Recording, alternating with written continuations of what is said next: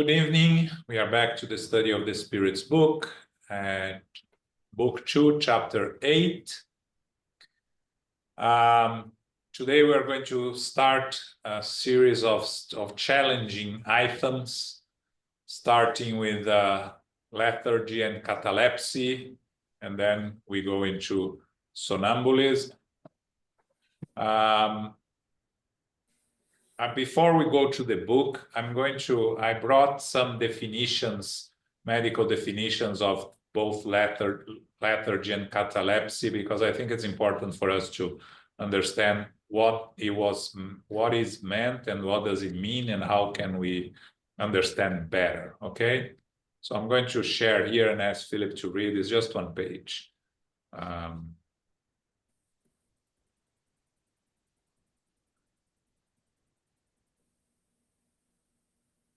There you go, Philip. What is lethargy? Lethargy is a symptom that involves an unusual decrease in consciousness. It's different from just being drowsy or sleepy. Decreases in your level of consciousness can involve a change in your mental state. That means you may be confused or have trouble remembering things too. Lethargy comes from two ancient Greek words, leth, meaning forgetful, and argos, meaning idle. Fatigue versus lethargy. What's the difference? Fatigue is feeling physically exhausted or drained, but without any disruption or impairment from your mental abilities. Lethargy and its place in medical terminology. In the medical world, lethargy isn't a term that's as commonly used as in years past. There are a few reasons for this. Number one, it is not specific. Lethargy doesn't specify what brain processes are experiencing disruption.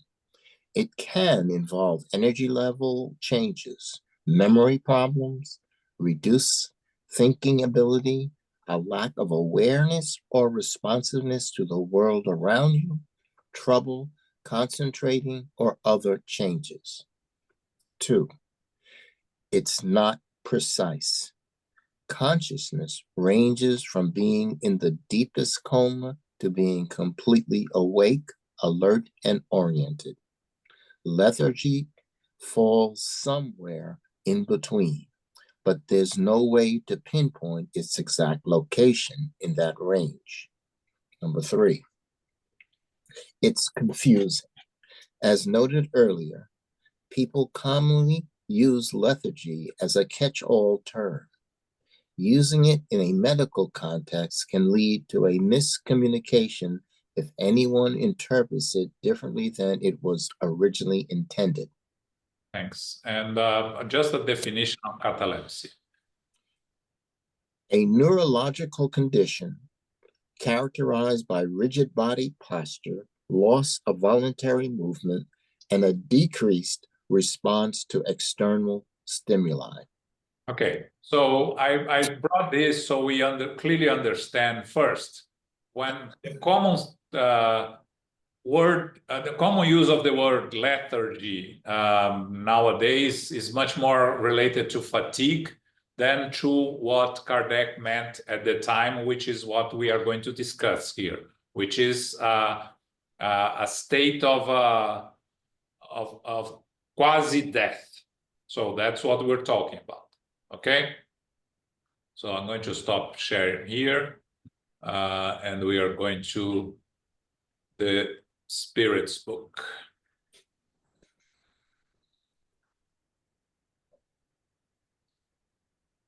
Okay, there we go.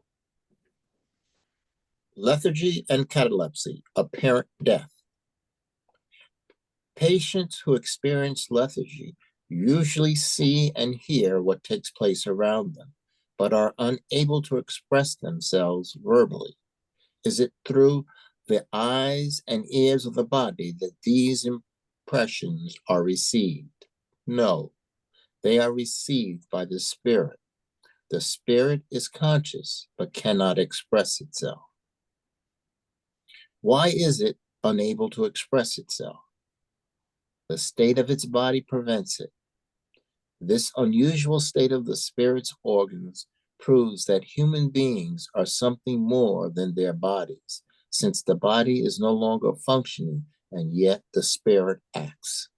So, when in a state of lethargy, the person presents many characteristics of being dead in terms of the physical body, right? The physical body can cool itself. There is no reaction in terms of poking it or trying to awake the person. Of course, at the time of Kardec, nowadays medicine has several different ways to diagnose a case of what was called lethargy. I don't know if there is a medical term for this today, or several different terms for different states. In neurology, neurosurgery, the word lethargy is used commonly, right? Not so we will use the word lethargy, but not as in a deep state of dissociation as presented here, as it's presented by what Kardec's telling over here. Usually the lethargic will be someone who is extremely somnolent, someone who can be aroused, okay? The patient is extremely somnolent, but it can arouse, if you push can arouse, and it can be reoriented. The patient may present confusion, where am I? I mean, I'm at home, and then you reorient this, oh yeah, you can get in the hospital, this is near the hospital. Doesn't even say lethargic, but it's quite different of what's being presented. Yeah, it's different, yeah. Yeah, the famous cases of lethargy that we find in the Bible, right, are three so-called resurrections that Jesus performed. We know that resurrection is impossible, right? Because once the physical body is dead, there is no way to bring it back to life. Not even a perfect spirit can do that, because it will go against the natural laws. So the most famous one, of course, is Lazarus, that was in his tomb for 3 days already when his sister Martha went to look for Jesus, asked Jesus to come, and told Jesus, if you were there, he would have not died. And then Jesus goes there, walks to the tomb and asked to be removed the stone. If you know how the people were buried at the time of Jesus, they would put inside a tomb and put a stone in front, a round stone in front of it.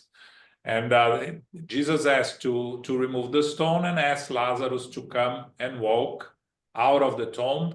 And he comes and walks out, covered in the gauze that they used to cover the bodies, and is back to living, right?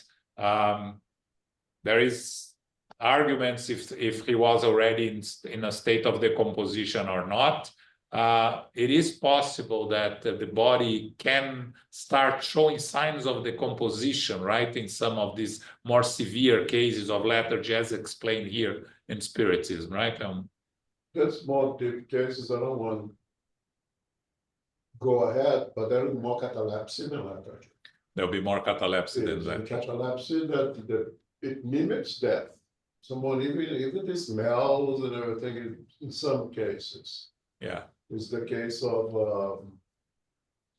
Yvonne Pereira Amoré was a baby. When she was 1 month old, yes. Yes. Yeah, I read the case today. Yeah. It's more catalepsy than lethargy. Okay. In today's terminology. I don't want to really go into Kardec. Yeah.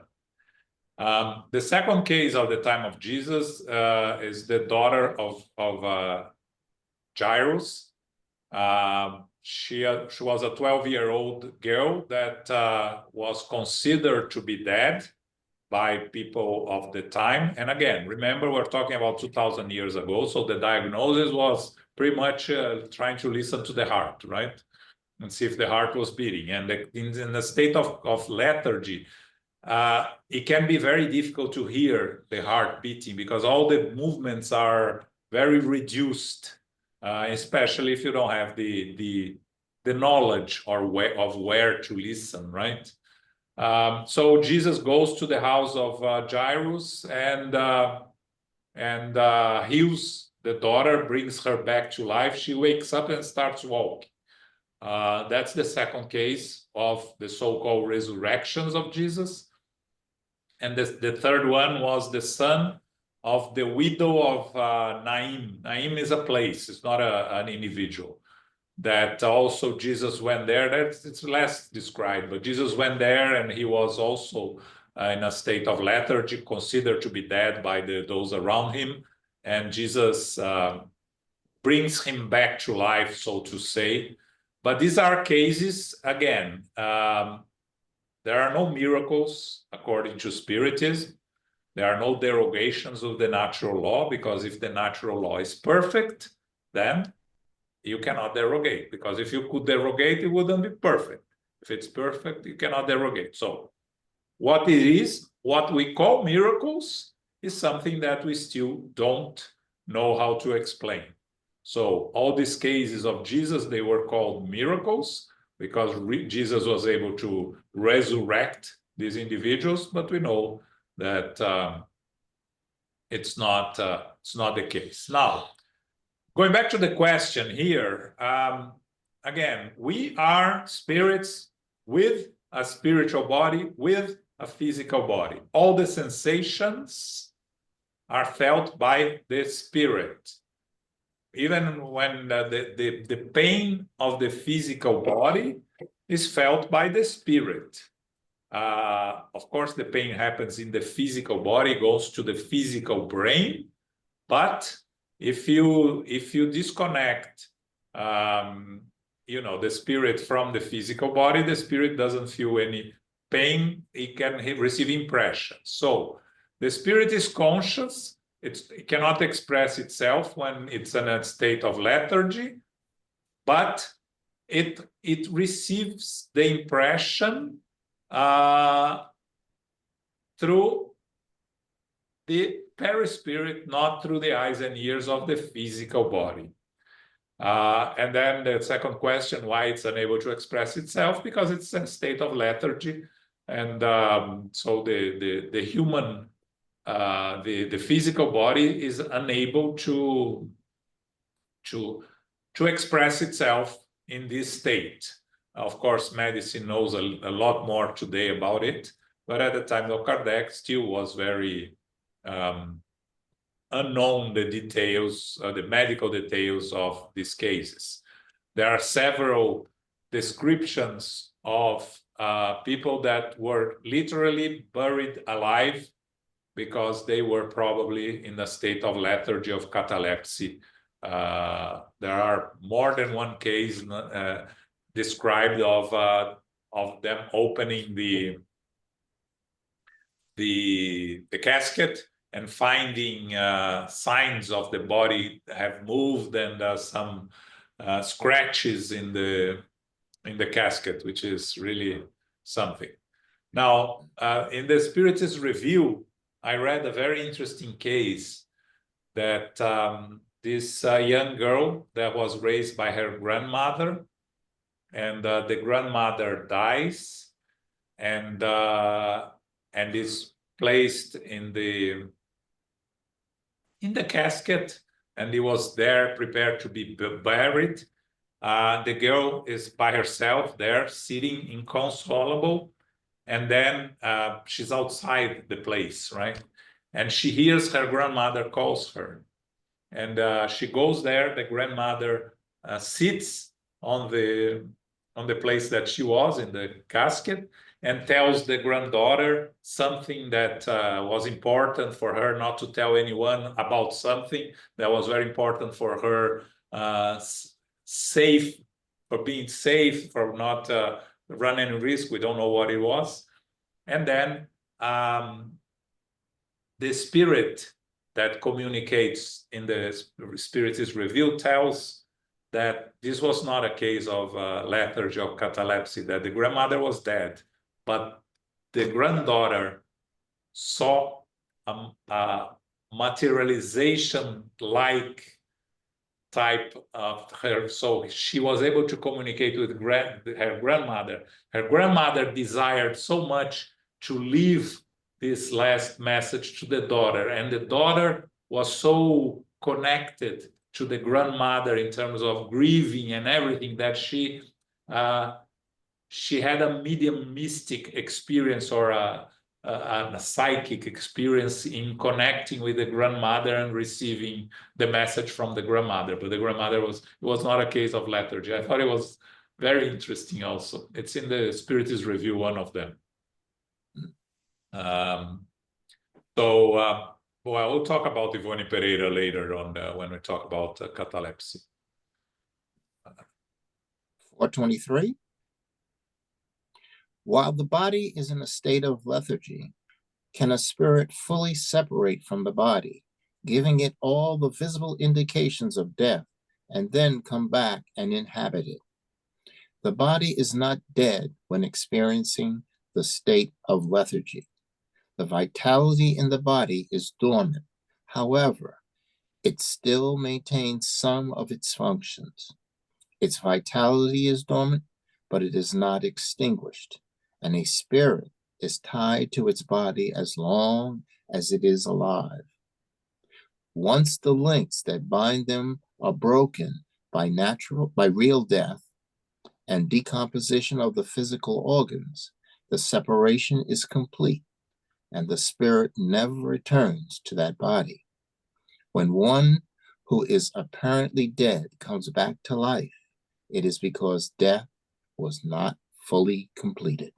Yeah, so again, it's what we discussed and is a reinforcement from the spirits of what we discussed. When one who is apparently dead comes back to life, it is because death was not fully completed. The full separation between the perispirit, the spiritual body, and the physical body causes the death of the physical body, and there is no coming back. So if the person is in a state of lethargy, as they say here, the vitality of the body is dormant, however, is still connected. It's not extinguished. And a spirit is tied to the body, so it can go back and awake again. There is a very interesting case also in this. I read another case in the Spiritist Review, but that's a real case of lethargy, right? A woman that she was 48 years old and she died theoretically. So they put her in the middle of the room, put her in a casket. Sorry, no, she was in her bed. They left her in her bed, covered, and it was late. So everybody went home and went to sleep. Only the members of the family, the husband and others stayed. And the husband woke up in the middle of the night, hearing the voice of his wife calling him. And at first he thought he was dreaming. And then he noticed that he was awake. So he goes there to the room, and she's there sitting in the bed. And she talks to him, and she tells, it was not yet my time. I needed to come back and say goodbye to the whole family. Please call everybody here because I'm going to die later today. So he calls everybody. They all say her goodbyes, and she dies later in that day, later in the afternoon. And then she comes and gives the communication to Kardec, and that's in the Spiritist Review or to one medium. And she says that she was there in the spiritual world with a daughter, very loved daughter that she lost when the daughter was 8, something. That she was happy in the spiritual world, but she was told, or someone told her, or she decided that it was important. She couldn't leave without saying her proper goodbyes to all the family, and that's why she was given the opportunity. She was not dead, of course, she was not dead. So she woke up and said her goodbyes again. Analyzing from today, we could say that maybe she was in a coma, right, Elmo? In a deep coma. Or lethargic, Or lethargic. catalepsy. Or, yeah, one of the states, right? Yeah. At that time, if they examined and her heart was not beating. So by today's definition, we call it catalepsy. Catalepsy, yeah. Right. Question, where's the natural coma? It's catalepsy or lethargy? It's coma. See, that's the It's- problem. That's a little bit. Because when someone instead of coma, you'll be able to perceive the vital signs. Heart rate, pressure, respiration. It's not common. Probably gonna have to be intubated to prevent it bad to worse, today's medicine. But you are able to catch vital signs, i.e. blood pressure, heartbeat, respiration, and temperature. You have it. In a cataleptic state, you may not even be able to get those vital signs. And that's why they have called that, right? It's not breathing, the heart's not beating. You don't catch anything. But for today's day, you're gonna call catalepsy. It was extremely rare. Yeah, Extremely and rare. by what was reading about catalepsy can be partial, right? Yes, Can be just some members of the body. yes, that's another thing with catalepsy, yes. You can just lose function of one limb. Or can lose function of half of the body, one hemisphere. It's complex. Okay. 424. Is it possible to rejuvenate the ties that were ready to break and restore life to a person who would have died without proper medical assistance in a timely fashion? Yes, and you have proof of this every day. Magnetism often exercises a powerful restorative action because it provides vital fluid to the body, which it needs to keep the organs functioning. Lethargy and catalepsy are both a type of temporary loss of sensitivity and power of motion caused by some unexplained physiological condition. They differ in that in lethargy, the overpowering of the vital force is general and gives the body the appearance of death, while in catalepsy, it is localized and may affect a more or less extensive portion of the body while leaving intelligence unaffected. Lethargy is always natural and catalepsy is sometimes spontaneous, but it may be artificially produced and also dispelled by magnetic action. Okay.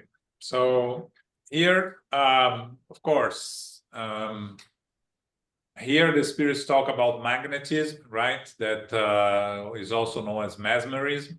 Therapeutic system utilized animal magnetism, vastly researched by Mesmer, Franz Mesmer, a German physician that Kardec studied before he was Kardec, when he was Hippolyte Léon de Rivail, the Nizar Rivail, right?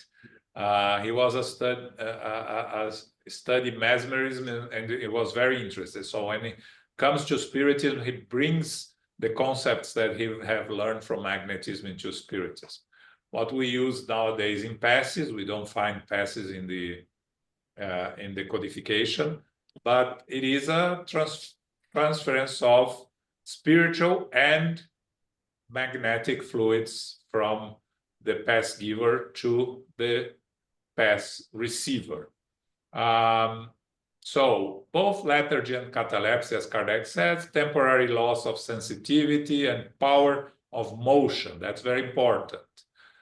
Caused at that time, but unexplained physiological conditions. Nowadays, we have some explanation for them, but not all. There are still some mysteries in what causes those states, right? Then Kardec says that lethargy is always natural, but catalepsy can be artificially produced and also dispelled by magnetic action. So, yes, a person in a state, one of these states, you can give passes, and with the passes,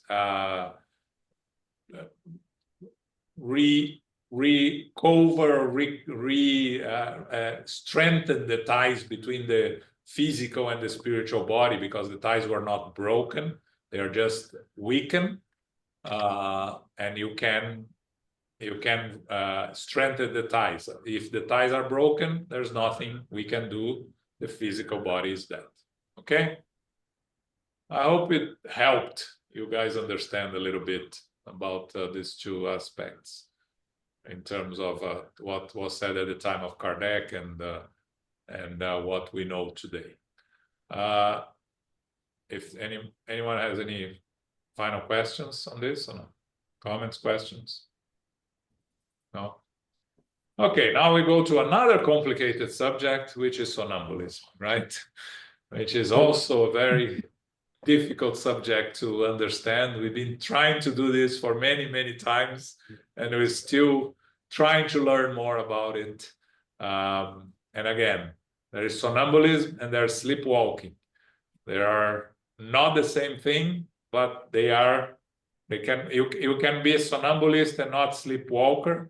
But if you are sleepwalking, you are in a somnambulic state. Okay, just going to give you these two definitions before we start going there. Shall I begin? Please. 425. Is there any connection between natural somnambulism and dreaming? How can it be explained?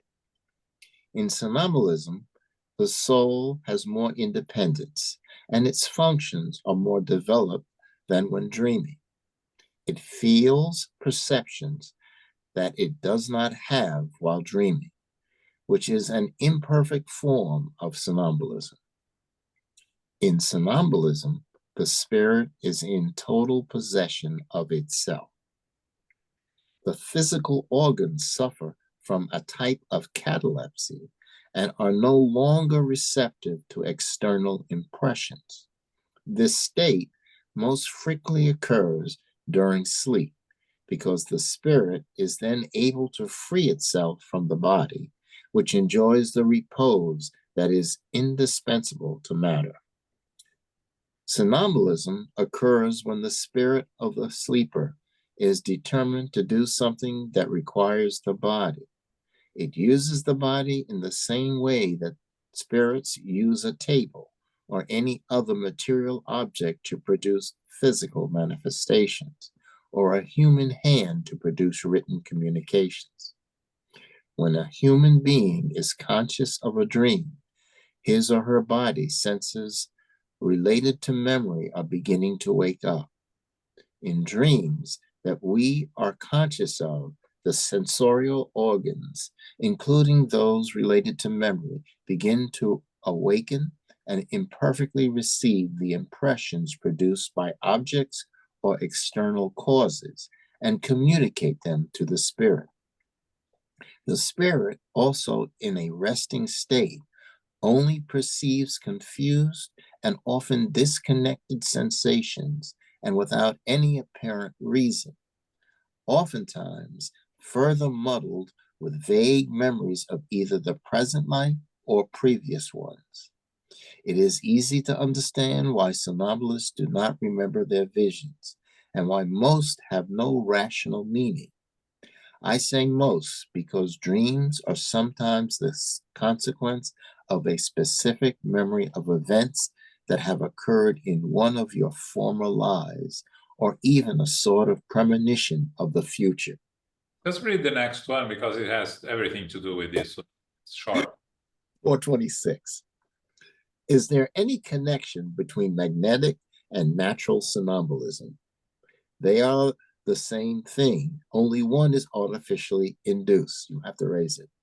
I asked him, Philip, to read, because the question here is there any connection between natural somnambulism and dreaming?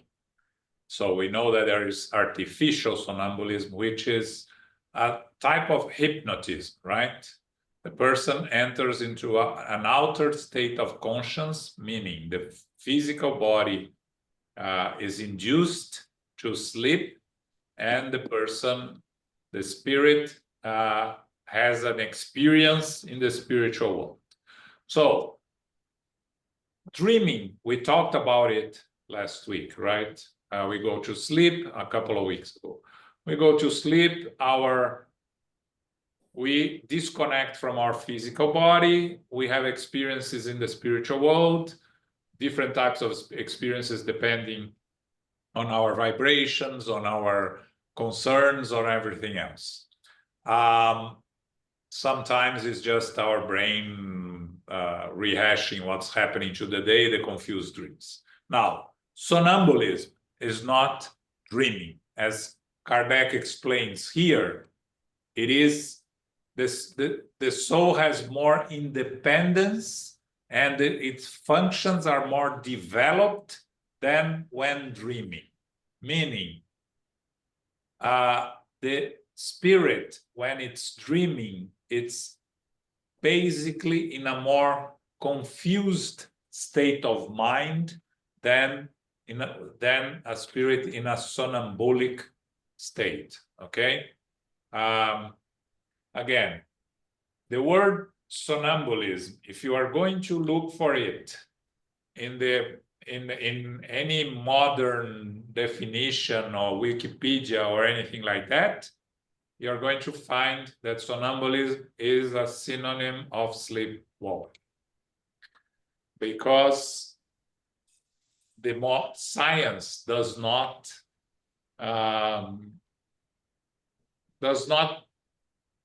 entertain the notion of the experience of the spirit leaving the physical body and have experience in the spiritual world. So when someone is sleepwalking, it is said by science it's in a somnambulic state. They don't know how to explain. They have different explanations of stress, of things like that. They cannot explain why it happens more in children than in adults, sleepwalking. Now, we have to understand that what Kardec is talking here and the spirits is a different thing. I don't want to say an altered state of conscience, because you enter in a somnambulic state when you are sleeping, and sleeping is not an altered state of conscience.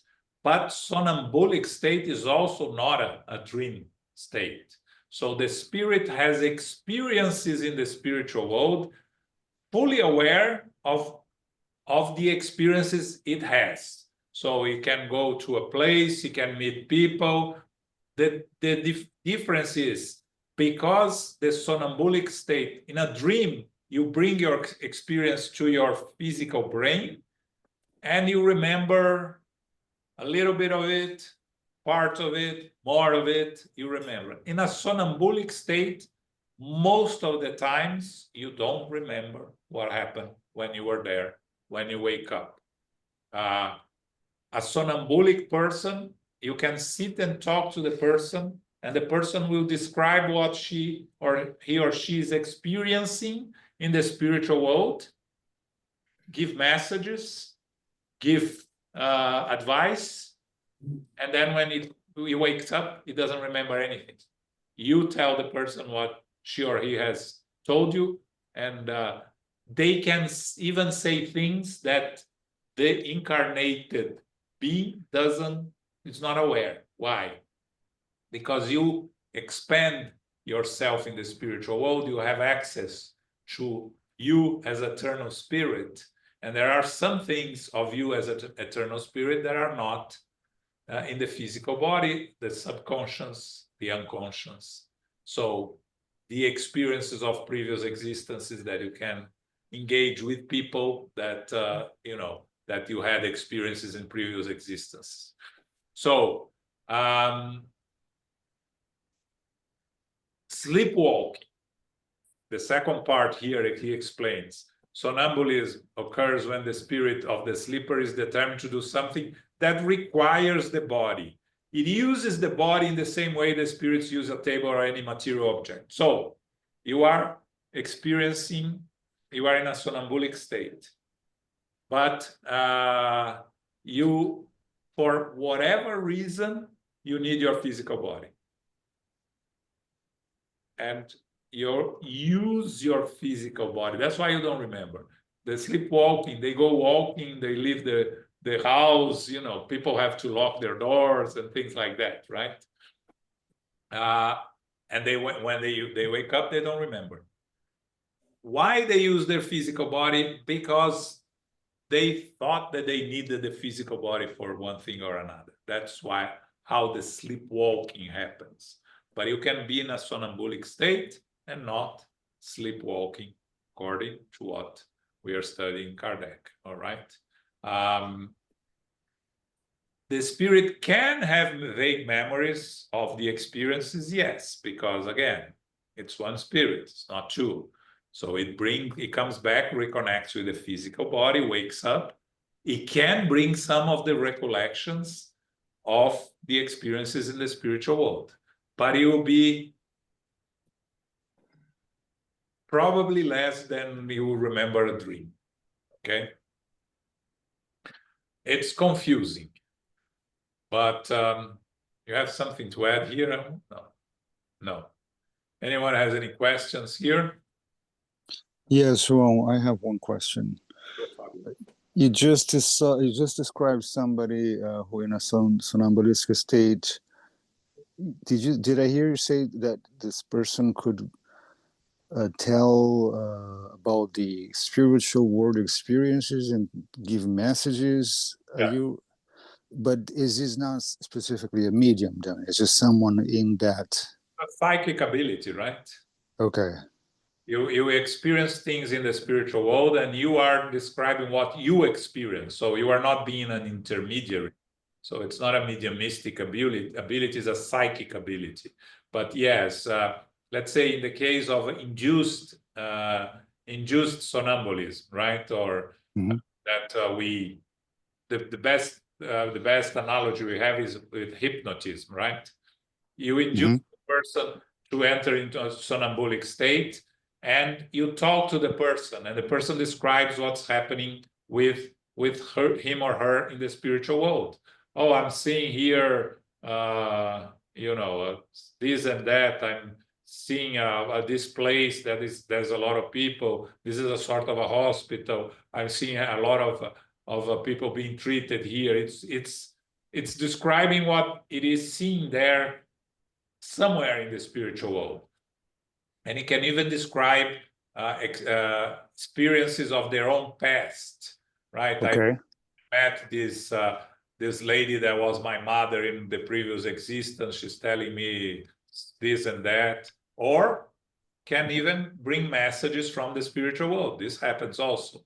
You know, I met someone, a mentor that said that asked me to tell you that that. So it is possible. And how close is this then in relation to maybe the Americans won't know much about it, but the Umbanda or places like that, they will have those people that will come and receive an entity again with messages and whatnot. And from my understanding, those people also don't have any recollection of the experience. They don't have any idea what was said. Oh, but again, there are many mediums. There are unconscious mediums, right? Okay. Receive the message, and then, so we're talking again. I understand the confusion, and it's very easy to confuse. Somnambulism is the person in a sleep state and it has experiences in the spiritual world. Astral projection is another word that is used for psychic abilities of these people, but somnambulism is not astral projection, but it's very similar. Okay. Okay, thank you. Laura. Yeah, hi. I have a question pertaining to that. During the medium's meeting, giving the good spirit messages, I know what's going on while I'm giving the message, but afterwards, I have very little retention of what was said. And sometimes it's really difficult for me to remember. Is that similar to what Fabio was just talking about? Or is that part of that? Or Yeah, the difference is you are not sleeping when you receive these messages. So you are Right. not in a somnambulic state. You're just, Oh, you are just an unconscious medium. Okay. Thank you. Here, when we talk about somnambulism, the somnambulic is in a sleep state. Okay? Thank you. Different from a trance. A medium Okay. is in a trance. It can be conscious, semi-conscious, unconscious, but the medium is not sleeping. Correct. Okay, I understand. Thank you. Yeah. In your case, it's cacophony. It's pure mediumship. Conscious or unconscious, cacophony. There are somnambulic mediumship also. But they're gonna say, because they're in the medium's book, we're gonna say they're in the medium's book. Yeah, I didn't want to bring that here because it's only going to complicate more. But yes. That's why I'm trying. Yeah, so but there is again, a medium can go into a sleep state during a mediumship meeting and We're not gonna call it sleep state, but yeah, mediumistic trance. mediumistic trance, which is a somnambulic state, but we're That's not why going to, I'm yeah, we're not going to get there. The door open.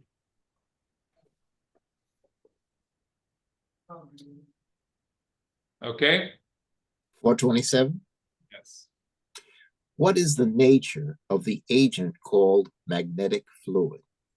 It is the vital fluid, which may be described as animalized electricity. It is a modification of the universal fluid. Again, here I don't have much to say, right? The magnetic fluid, vital fluid, it's what we talked a little bit in before. It's a modification of the universal fluid, and it's, magnetic fluid, vital fluid. We discussed this in the beginning of the book, of the Spirit's book. 428. What is the cause of somnambulistic clairvoyance? We have told you that it is the soul that sees.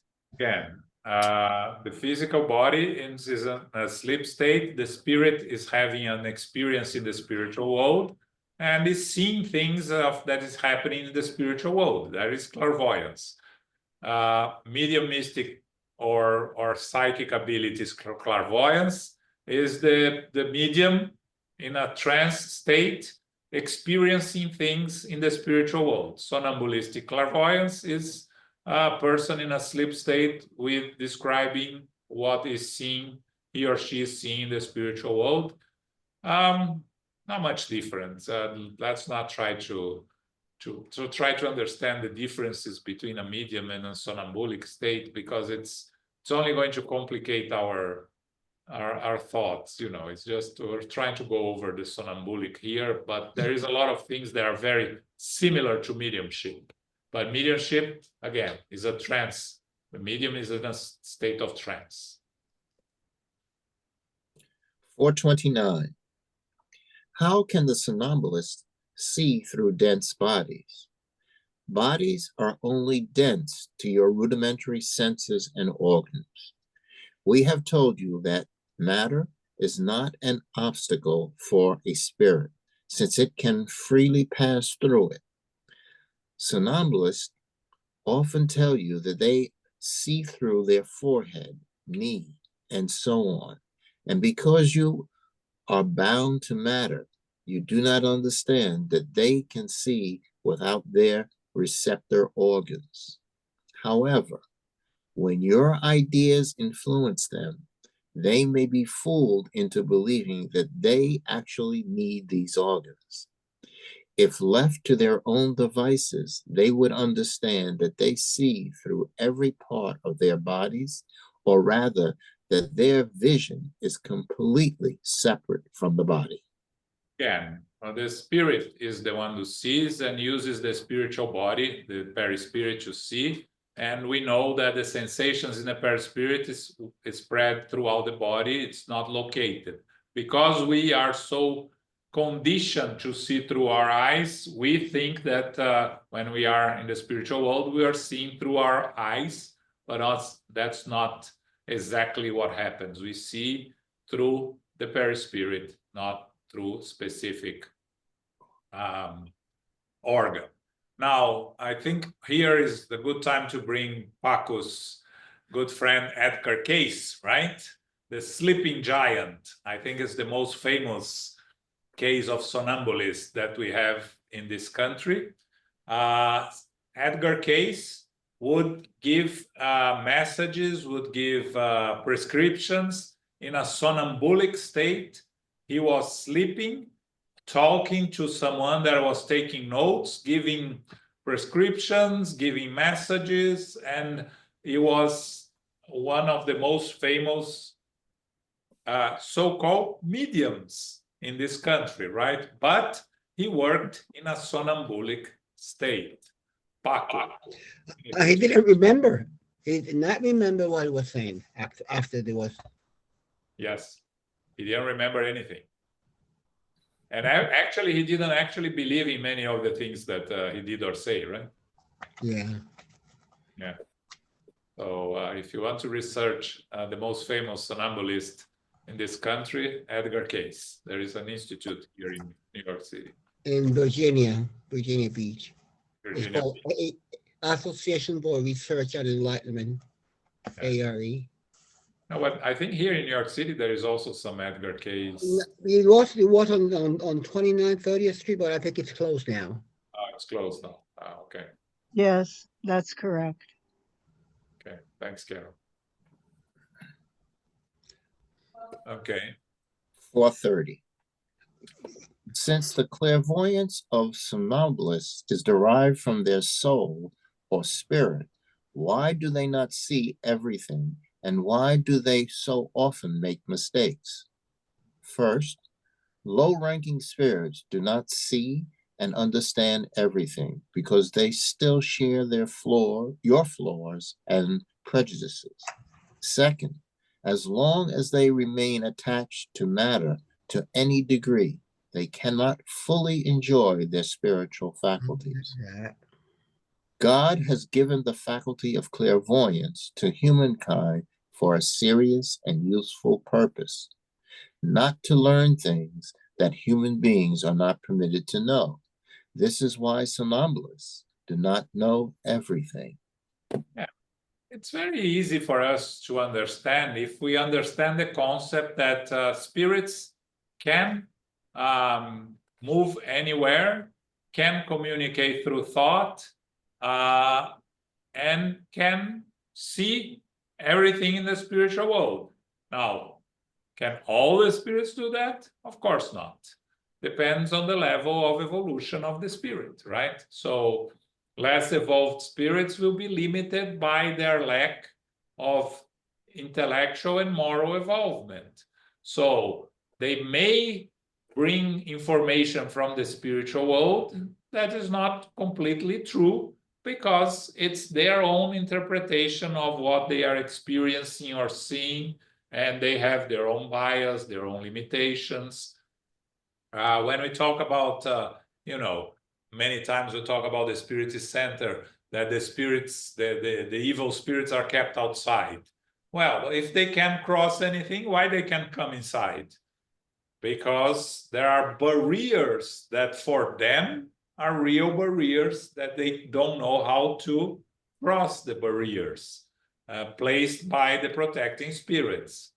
Now, an evolved spirit will come here, will see the barriers and won't stop, will cross through, right?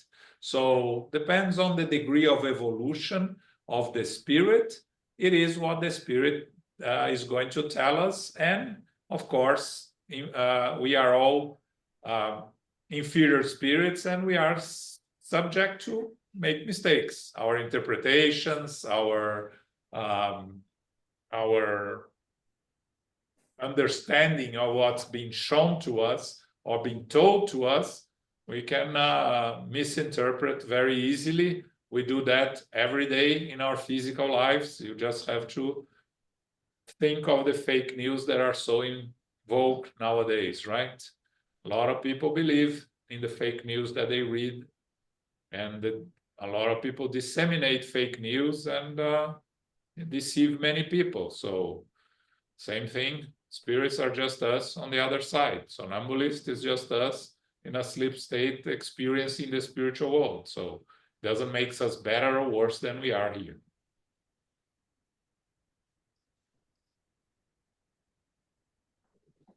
$431.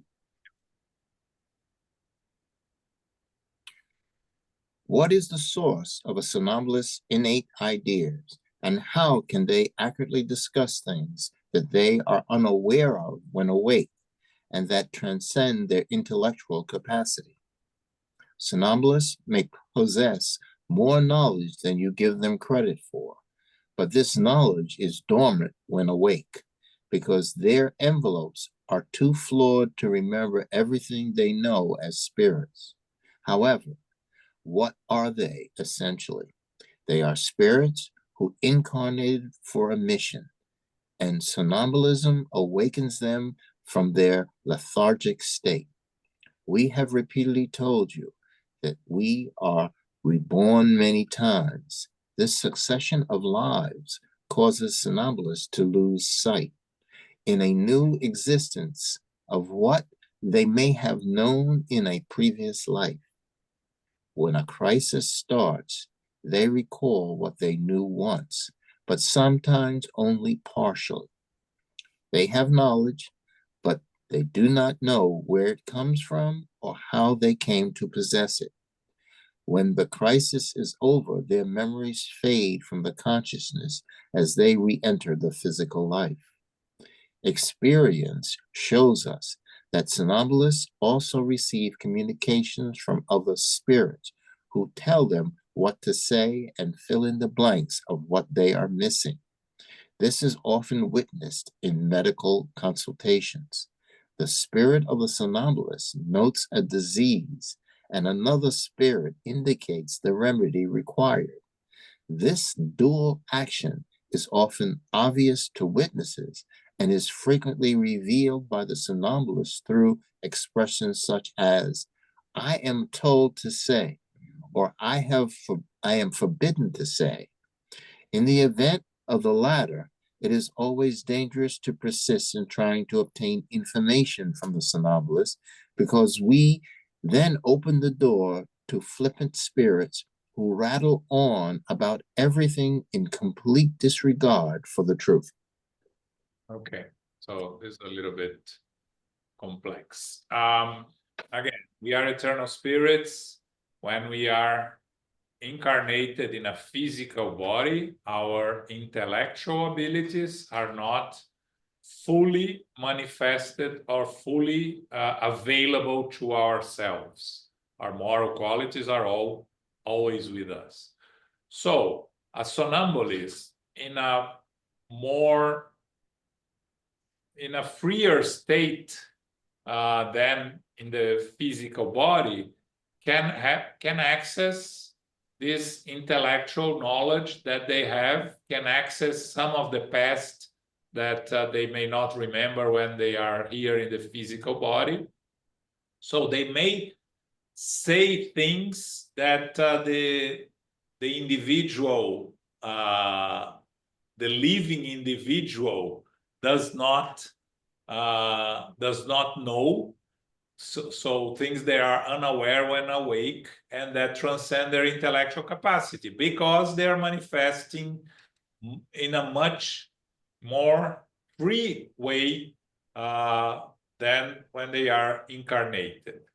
So again, when I mentioned when we go back to the spiritual world, we may remember our previous existences, parts of it as needed for ourselves, right? So if we have access to our past because we need to remember it for our present existence, we may remember it, but we won't remember anything that is only to cause us more trouble than help. So what the spirits are talking here, those that are incarnated for a mission, the somnambulism brings even more information for them, because they are mission, you know, those that are mission is a special state of incarnation. They have more access to who they really are in the spiritual world. The explanation by Kardec talks a little bit what we mentioned about Edgar Cayce, right? Which is the spirit of somnambulism notes a disease and another spirit indicates the remedy required. This is exactly what happened with Edgar Cayce. He would bring prescriptions of the for the patients that were there consulting him. He worked for free. That's very important also. Never charged anything, Edgar Cayce. There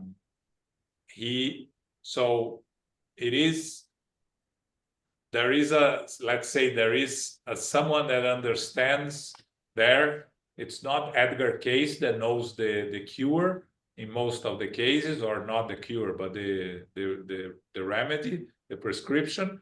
Another spirit that he meets in the spiritual world tells him what to say, and he's in a somnambulic state talking to the lady who takes notes of what he's saying, and the prescription comes. That's what is described here, right?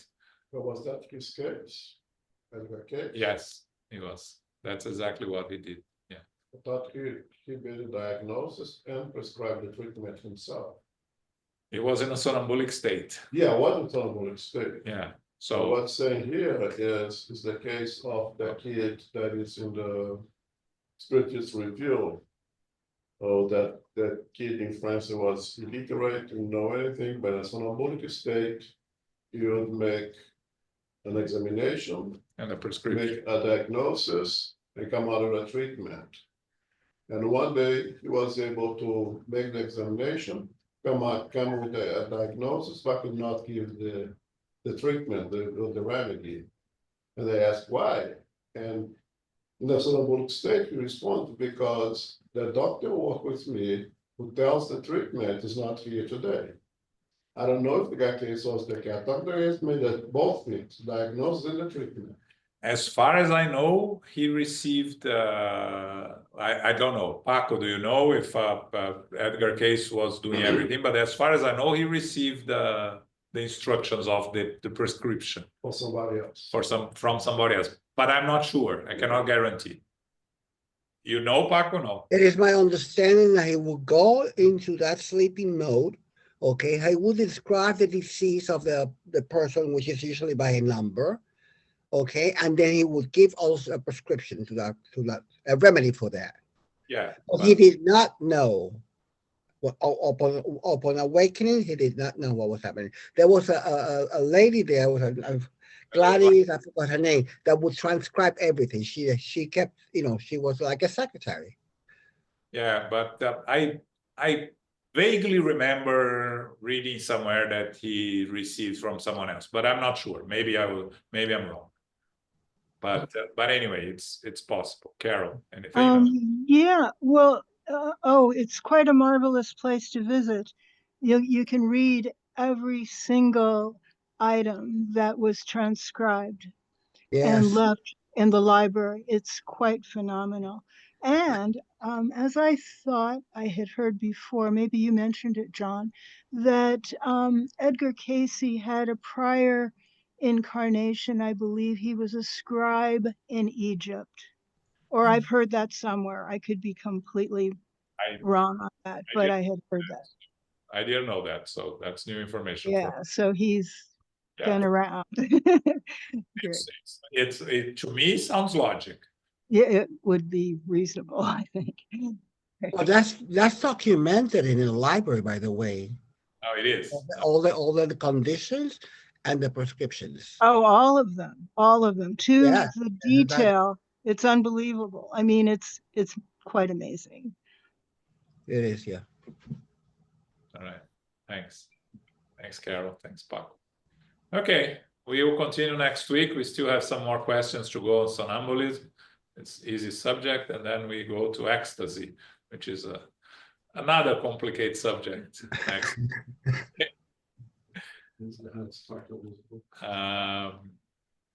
So what do we have?